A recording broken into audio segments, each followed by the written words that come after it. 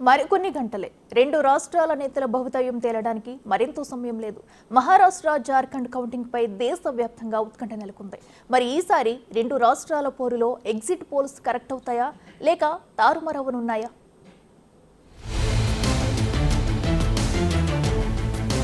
మరికొన్ని గంటల్లో మహారాష్ట్ర జార్ఖండ్ ఫలితాలు వెలువడనున్నాయి. దీంతో రెండు రాష్ట్రాల్లో ఫలితాలపై ఉత్కంఠ నెలకొంది. ఇప్పటికే కౌంటింగ్ కు అన్ని ఏర్పాట్లు చేసింది ఈసీ.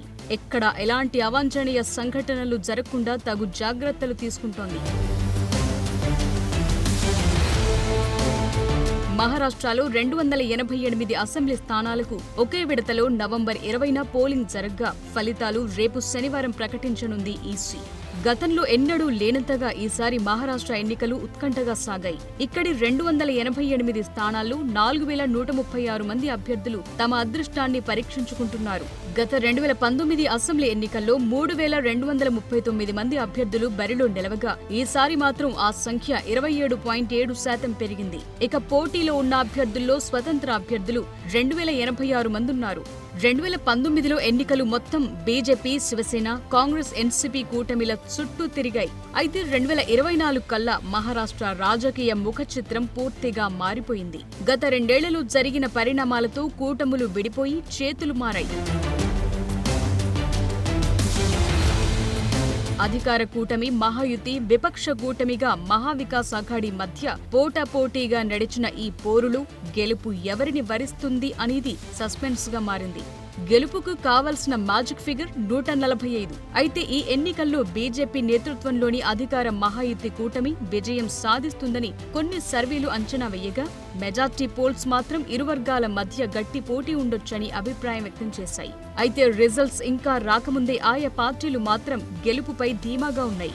హస్తం నేతలు గెలుపు మాదే, ప్రభుత్వం ఏర్పాటు చేయబోయేది మేమే అని ధీమాగా చెప్తున్నారు.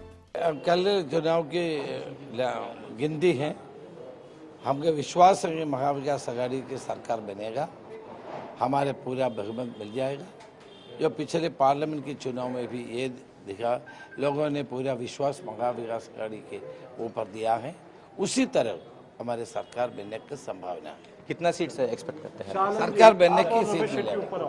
మరోవైపు జార్ఖండ్ ఫలితాలపై కూడా ఉత్కంఠ నెలకొంది. జార్ఖండ్ లో మొత్తం 81 స్థానాలుండగా ఇక్కడ పోలింగ్ 2 విడతలుగా జరిగింది. నవంబర్ 13వ తేదీన 43 సీట్లకు తొలి విడత పోలింగ్ జరిగితే నవంబర్ 20వ తేదీన రెండవ దశలో 38 స్థానాలకు పోలింగ్ జరిగింది. మొత్తంగా 2 విడతల్లో కలిపి 1211 మంది అభ్యర్థులు బరిలో నిలిచారు. ఇక్కడ బీజేపీ, ఏజీఎస్యూ, జేడీయూ, లోక్ జన్ శక్తి పార్టీలు కలిసి పోటీ చేశాయి. ఇక విపక్ష కూటమి తరపున జేఎంఎం, కాంగ్రెస్, ఆర్జేడీ, సిపిఐ కలిసి మరో కూటమిగా పోటీ చేశాయి. ఇక్కడ కూడా చాలా సర్వేలు ఎన్డీఏకు పట్టం కట్టగా మరికొన్ని ఇండియాకు జైకొట్టాయి. కానీ ప్రజలు ఎలాంటి తీర్పు ఇవ్వనున్నారు అనేది మాత్రం మరికొన్ని గంటల్లో తేలనుంది.